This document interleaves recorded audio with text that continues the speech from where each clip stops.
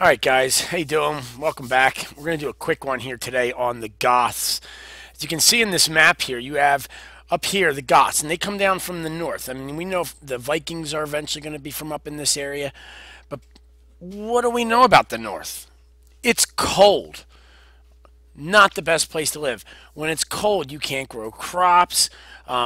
It's rocky soil. It's just not the best place to be for everyone. So some people are going to start to migrate south.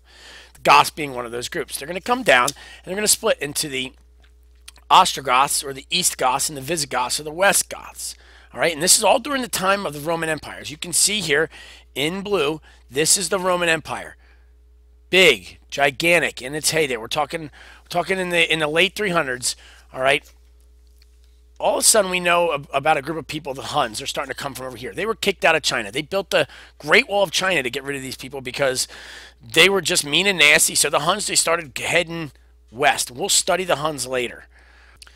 They fight the Ostrogoths and they defeat them, and the Visigoths are the next in their way. So the Visigoths don't know what to do. They're kind of trapped between right here, which is the border of Rome, and the oncoming Huns. So they ask the Romans if they will let them in.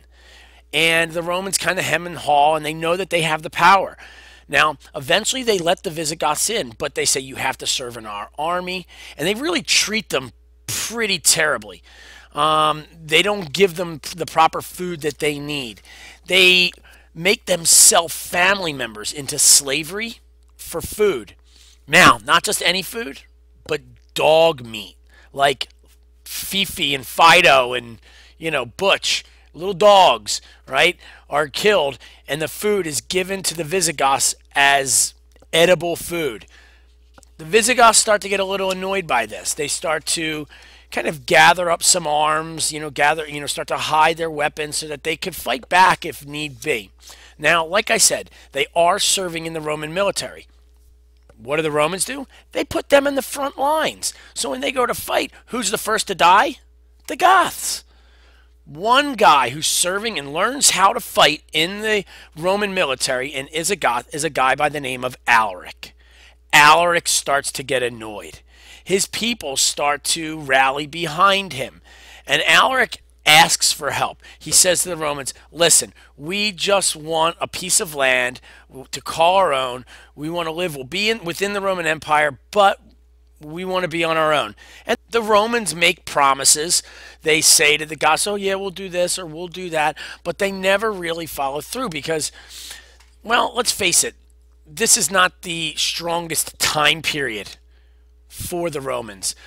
There's a real young Roman emperor. He's not even in Rome. He's up in Ravenna, right here. We know that we've got Constantinople over here and a whole nother set of issues going on over there. Anyway, Alaric finally decides to go and attack Rome because he has no other options. He's got nothing.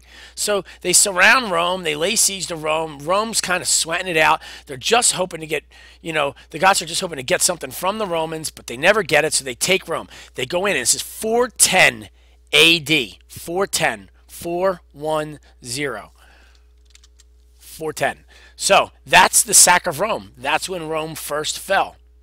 Now, they go in, they take what they need, and as you can see here, they leave.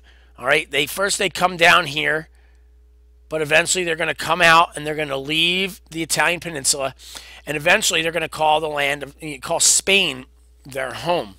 Now, for fear that they're going to come after Alaric, obviously, Alaric dies. Well, what they do is they dam up this creek bed.